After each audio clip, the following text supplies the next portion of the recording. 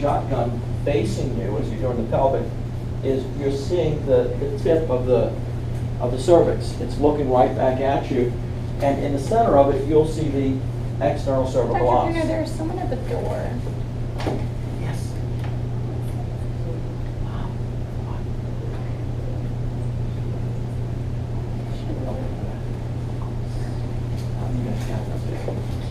Okay, so now, what happens if you've had a vaginal delivery before? If you've had a previous vaginal delivery, this nice, round, small os becomes misshapen. It'll look something like this. Or what happens if you have pelvic inflammatory disease like chlamydia or gonorrhea?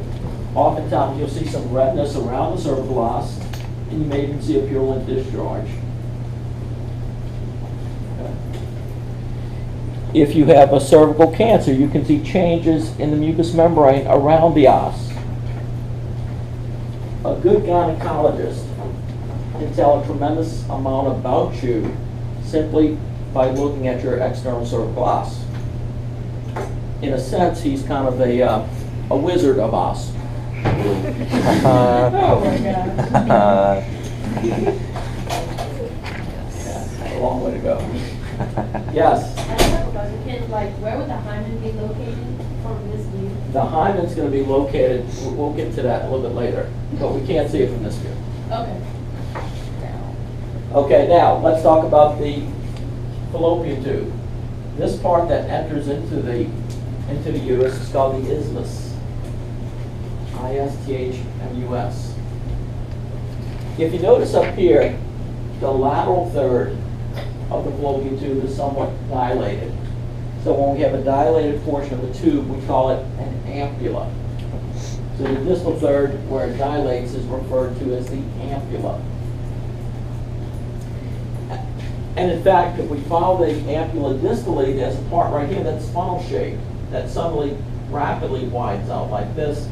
That region is called the infundibulum.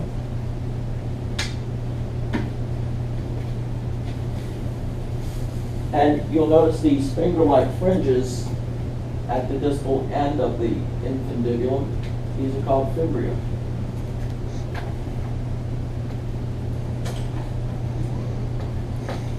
Notice the close relationship between the fibria and the ovaries.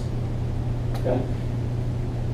If my hand represents the ovary, the fibria are kind of doing this right here. They're not actually attached, but they're sitting right next to the ovary. Such that when an ovary is released during ovulation, the fibria do this. They create a wave of fluid, okay, of peritoneal fluid that kind of draws the ovary into the oviduct.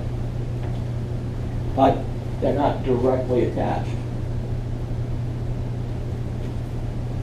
The idea is that when an egg is ovulated, it's going to be drawn into the fallopian tube. And the fallopian tube also has a simple columnar epithelium, but many of the cells have cilia. So the cilia can propel the egg toward the uterine cavity for implantation.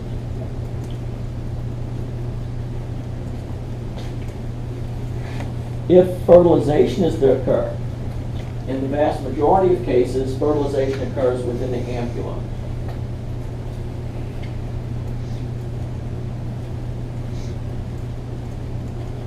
Then the fertilized egg, it's going to take it about somewhere between 5 and 7 days to reach the uterine cavity, where if the endometrium is prepared, then the fertilized egg will implant.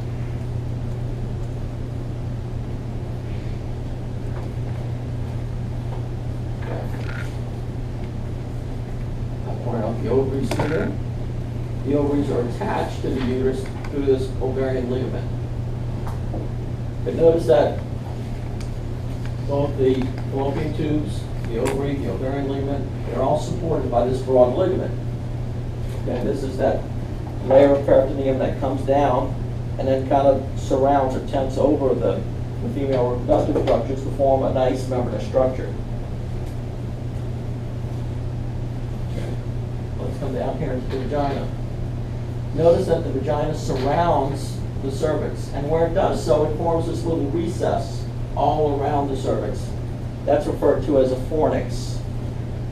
F-O-R-N-I-X. In fact, we'll differentiate the anterior fornix from the posterior fornix and the lateral fornices.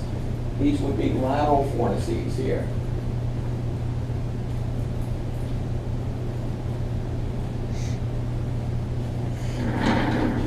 When you do a bimanual pelvic exam, you'll put your fingers, the tips of your fingers, into the posterior fornix.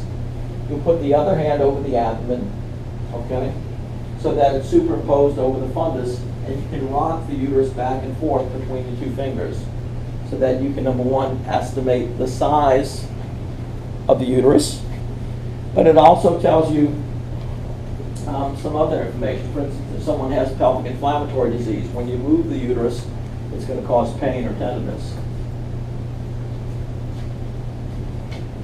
Notice that, by the way, the vagina has what type of epithelium? Stratisquae, yeah, not the sabum. But in addition, look what else it has. It has rugae. It's got rugae, which means what? Why do organs have rugae? Sure. To provide for distension. So that it's not only distension for sexual intercourse, but imagine delivering a baby. You've got to be capable of quite a bit of distension in order to allow the baby to pass through.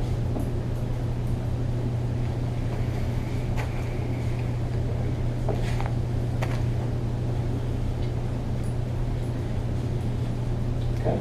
The blood supply is very analogous to that of the male, in that the ovaries receive their blood supply from ovarian arteries. And they're simply gonadal arteries in the female. Remember, we said they originate from the abdominal aorta just below the origin of the renal arteries. The venous drainage of the ovaries is via ovarian veins. And just like in the male, the left ovarian vein drains into the left renal vein. On the right side, it drains directly into the inferior vena cava.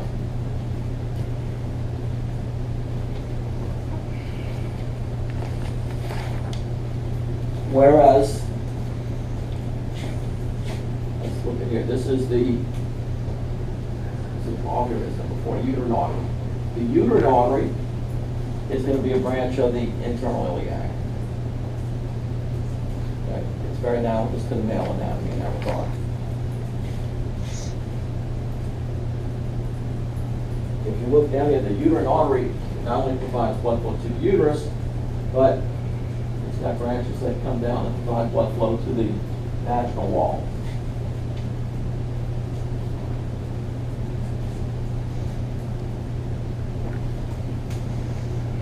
Okay. This is a diagram here of the ovary. And what you'll notice is that the outermost layer of the ovary is called the germinal epithelium. The germinal epithelium is simply the serous membrane formed by the peritoneum. That's around it. If you look at it under the microscope, it looks either simple squamous or simple cuboidal epithelium. They call it germinal epithelium because early histologists believed that the eggs that you see developing within these follicles were derived from this layer of tissue. Of course, now we know that's not the case, but the name has stuck. So the germinal epithelium is this outermost layer of the ovary derived from peritoneum. Deep to this white layer of dense connective tissue, that's called the tunica albuginea. And as with the male, the tunica albuginea is a tough layer which has a lot of sensory receptors, particularly for pain. So that if you have, for instance, a cyst in the ovary, okay, that's causing distension of the tunica albuginea, that cyst can be very, very painful. And it's because the tunica albuginea is being stretched. Deep to the tunica albuginea, this area where we see all the developing follicles, this is called the cortex. And then in the center This would be the medulla. The medulla is going to contain blood vessels and lymphatics and nerve fibers. As is it's true for the medulla anywhere. Okay, the key thing to notice here is that these developing follicles are located within the cortex.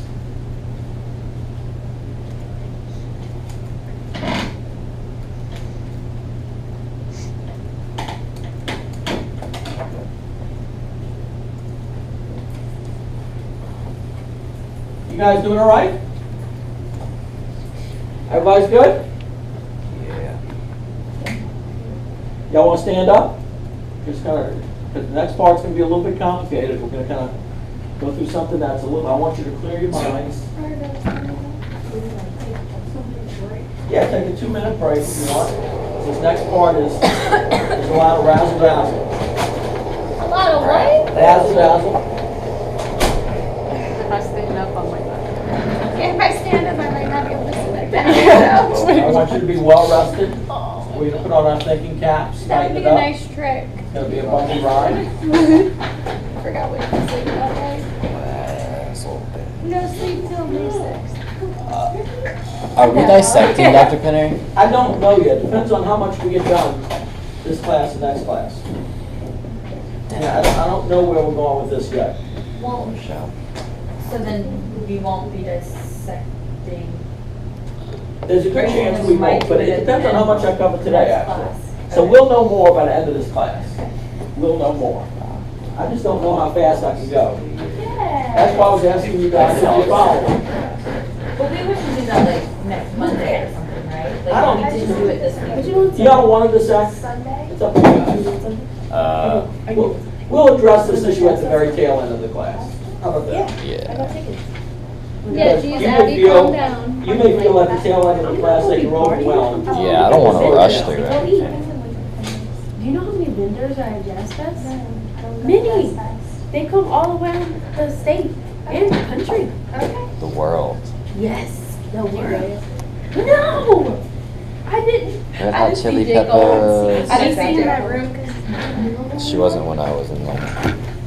So you want to go? Yes. Well, she woke up late. This is still recording. By the way, those of you who are following Angela's, y'all know Angela's aunt? Aunt Chip out of medical school. How you got this post? My dad works at Bridge. Yeah, my dad works at the main stage. Oh my god. I would have been like, just touch my What are you hand. Just kiss me, please. I couldn't take a picture with him, but I did that. J. Cole. I have like a sneak picture. J. Cole. Yeah. Cool. But Can I listen to? She worded him. I spoke to him for like a second. A second. What did he say? He was just like, hi, nice to meet you. And he moved up. I was like, yeah. I would have been like, can you answer some questions for me? Christoph. Oh, his Can mom? you- Why don't you just take What? down my number Oh, his and mom? just call me That sometime? kinda looks like a I know you bird. got a private It is a jet. bird. His mom was there and she was really sick, so the Obviously. ambulance had to come and take her away. So when the show was over, he was Amos really had upset. to come take her So he came and spoke away. to us, I guess, because he Isn't felt that a song? obligated, but he was just like, you could tell he didn't. Don't birds have like weird eyelids or Shame on something? Are you trying to draw Big Bird? So many people there? No, I'm not trying to draw a big bird. It was hot, huh? No, yeah. It's just the entire time I look like this, I think of a bird. The That is uterus. totally I hope Big it's Bird. good for this That's weekend. Big Bird. And I look. Oh, the Big Bird's got, like, lineup is, weird- not good this Got like week. feathers all over the place. Exactly. Now it's Big Bird. All I saw, that's what I want to see It's is a like happy- J. Cole, and it's it. Yeah, next week. It's a happy uterus bird. That's big Girl, who wanna see There you you go. out Nice. there? At least it wasn't a Right. I like how you drew. Is that a mouse? Just standing there. Yeah. Okay, its beak is its mouth. So now it has two mouths. Two mouths. It's a mutant. We said that the process of developing spermatozoa is called spermatogenesis. The process of developing eggs in females is called oogenesis. That's what it feels like. Genesis. Oogenesis. Now, it starts with primordial germ cells that come down into the ovary during early embryonic life, and they give rise to oogonia. this would be an oogonium.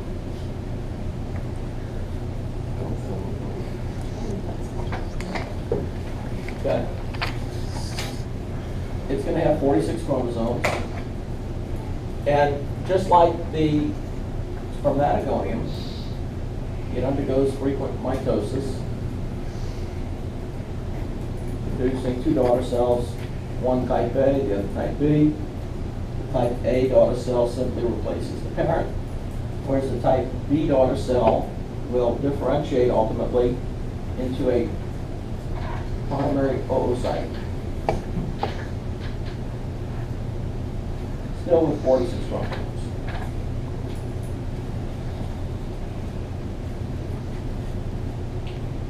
As that primary oocyte begins to grow, you have some squamous type cells that will begin to surround it.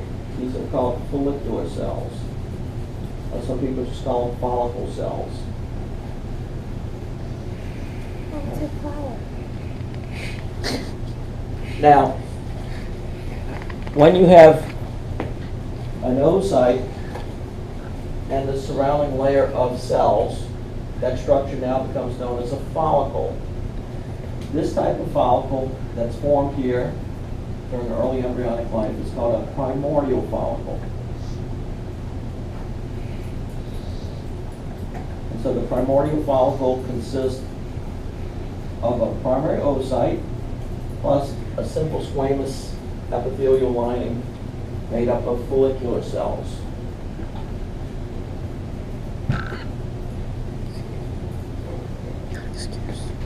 The primary oocytes will begin to undergo meiosis I, but the process will arrest early on in a stage called prophase. Prophase is the early stage of meiosis.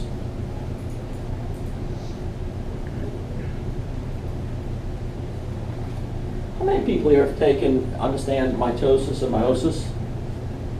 If you haven't had it, it's very important. It's in your book, it's in the chapter, that you read it, make sure you understand it. You just don't have time to go through it. If you're in a biology curriculum, you'll take it in Gen Bio. So, at some point during fetal life,